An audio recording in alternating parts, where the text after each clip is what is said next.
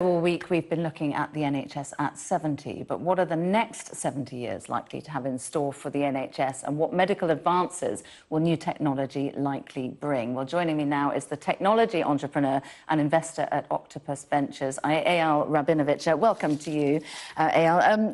The first thing I'd like to know is, when you stand back, what do you think have been, the real positives about the NHS?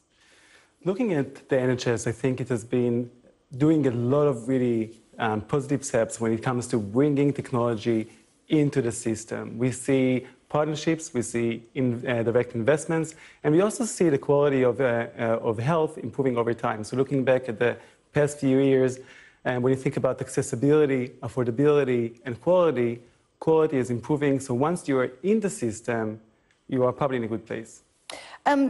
We've got a number of different issues, haven't we? We've got sort of funding issues, we've got an ageing population. Other than just pouring money at it, what would you do? You're an investment man. I mean, if you go back to first principles, what would you do to get even greater value for money? You're absolutely right, and I think that money is not the thing we should all be focusing on. It's more about how we deploy the money that makes a big difference. So let's examine, for instance, accessibility to healthcare. How can we make sure that when someone is suffering from a disease or a therapeutic area, they can get the treatment they need and they can get it on time? We see a huge advancement in telemedicine, which is using videos in order to connect patients and doctors.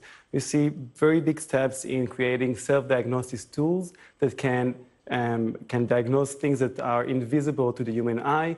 We also see a range of self-therapeutic tools. So how we can use the existing technology in order to treat ourselves without even needing to see a doctor. But what you're suggesting sort of implies that we need to sort of look to private sector initiatives, and the sort of marry-up of public and private isn't always successful.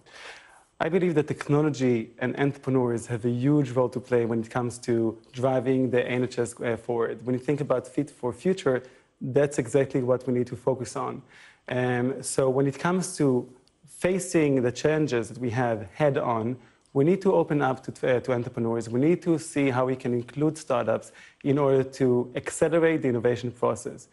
That being said, the NHS is also digitizing some of the existing pen and paper solutions. There is a new app that will hopefully allow us to schedule an appointment without having to speak to anybody in the process. Okay, all right. So lots of potential there with technology and innovation. Okay, Eyal Rabinovich, very good to talk to you. Thank you.